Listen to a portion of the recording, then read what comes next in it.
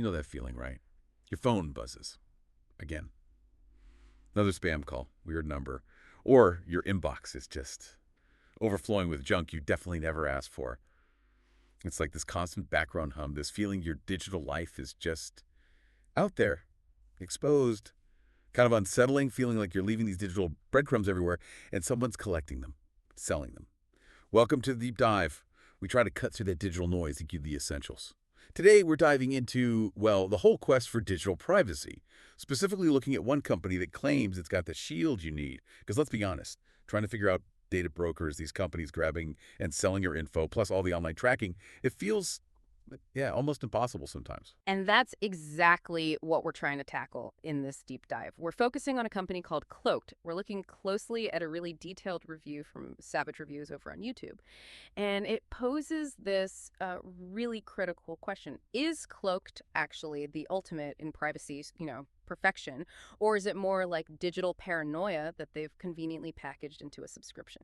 So we'll unpack their promises, what services they actually offer, and crucially, where the review says they deliver and where they, well, fall short. We want to give you the clearest possible picture here, help you make your own calls. Okay, yeah, let's get into it. So our main source is at Savage Reviews, YouTube Deep Dive, Cloaked Review, Smart Privacy, or Just Digital Paranoia, 2025. Yeah. And it really gives some fascinating angles on what Cloaked says it does and how it actually stacks up out there. So first things first, what's the basic idea behind Cloaked?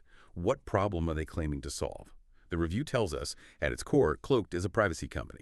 And they make a pretty huge claim. They basically promise to hide you from data brokers, cut down massively on spam calls. They even say they offer, 5 million disguised identities? That sounds huge, almost unbelievable in today's world. It does. And what's really interesting is the kind of psychological angle here. The review points out, it seems like Cloaked took pretty much every digital privacy worry we have, the tracking, the spam, feeling vulnerable, and they bundled a fix for each one into this single monthly payment. So for $10 a month, supposedly it's marketed as this total shield, protection against the digital Wild West. It's actually quite clever, tapping into that desire for, digital peace of mind. But the source also flags what it calls classic subscription psychology with the pricing. Ah, the subscription psychology. Okay, so it's $10 a month standard rate. But the review mentioned you can get it down to like $4 a month if you pay annually up front. Right, but here's the kicker, apparently. After that first year, boom, back to the full $10 a month. Makes you wonder about the long-term cost, right? If people forget that jump is coming, that's definitely a key detail for anyone thinking about signing up long-term. Okay, so we know the price, the big promise. Let's get into the nuts and bolts, the bundled services. Because this is where it gets really interesting, right? Cloaked isn't just one thing. Our source says it's like 3 core services, plus 2 other big ones bundled in. So let's break down what you actually get, and maybe what the catches are. Exactly. The bundling is definitely their main selling point, trying to be that one-stop privacy shop. But, and this is a crucial point from the review, that advantage really only matters. It only becomes cost-effective if you actually need all the things in the bundle. If you just need 1 or 2 bits, you might be paying way too much for stuff you won't use or could get better elsewhere. Right. Okay, let's start with the first one. Unlimited email aliases. Sounds useful, but how do these actually work? Are they just like burner emails, or is it different? Any downsides mentioned? Yeah, the review explains these aren't real email addresses in the usual sense. They're more like clever forwarding aliases. The idea is you create a unique, disguised identity for every single website or service you sign up for. And this does 2 really smart things. First, if an alias you only used for, say, website X starts getting spam, bam, you know exactly who sold or leaked your data. It's like a tracking tool. Second, if an alias gets totally overwhelmed with junk or compromise, you just burn it, deactivate it, cuts off the spam without touching your real inbox. The review highlights this as a pretty ingenious system, actually, for managing email privacy. Huh. That is clever for email. So does the same idea work for phone numbers? Are those disposable numbers just as effective? Good question. Yes, they offered disposable phone numbers too, using a similar idea. Basically, temporary fake numbers that route calls and texts to your real phone. Shields your actual number.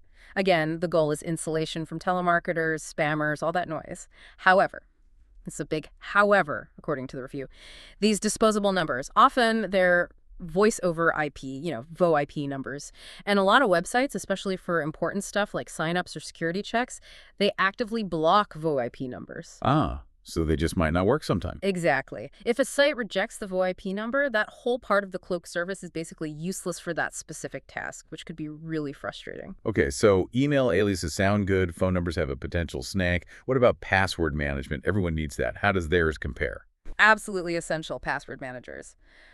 But this is another area the review flags. Cloaked's password manager is described as clunky. That's the word used. Especially when you put it next to dedicated options, like Bitwarden, for example. Bitwarden gets high marks, it's feature-rich, apparently more intuitive, and it costs around, $3 a month. Wow, okay. So it raises that question again about the bundle quality. If a core piece like the password manager is clunky, it's not just annoying, it could mean people don't use it properly, which impacts security. The quality of each part really matters. All right, let's move on to what feels like maybe the main event. The data broker removal.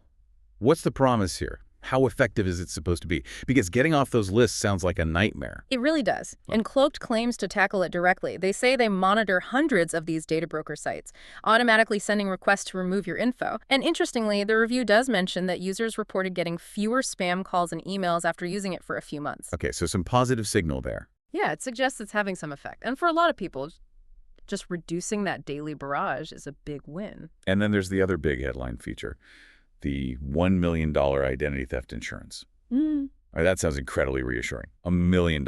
Huge peace of mind factor, right? It absolutely is.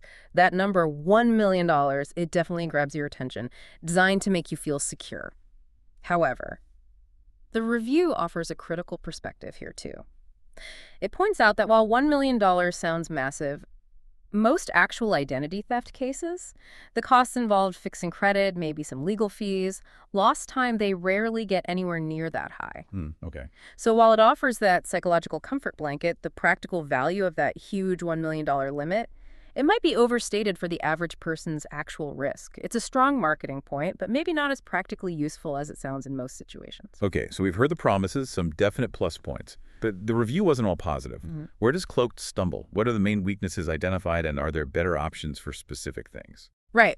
Looking at the bigger picture, the review highlights a few key problems. We already talked about the clunky password manager and the VoIP phone numbers getting blocked, but there's something potentially more serious. Some users apparently reported finding their personal information still listed on data broker sites. Even sites Cloaked specifically claim to have cleaned up. Oh, wow. That's not good. No, it directly challenges that core promise of data broker removal. If it's not reliably doing that job, it really undermines the value, leads to that feeling of, what am I actually paying for here? So if Cloaked has these issues, especially with the data removal, what about competitors? Did the review mention alternatives? It did. For data removal specifically, Incogni came up as potentially cheaper. And another one, Delete Me, was mentioned as having potentially broader coverage, hitting more broker sites reliably. Oh. So if data removal is your absolute #1 priority, the review suggests looking into those specialized services might be better. And like we said, for password management, Bitwarden keeps coming up as superior and cheaper. Around $3 a month, much smoother experience. So it really sounds like it comes back to that bundling idea, doesn't it? Precisely. That's the core takeaway from the review's analysis. Cloaked's main advantage is the bundle. One subscription, several services.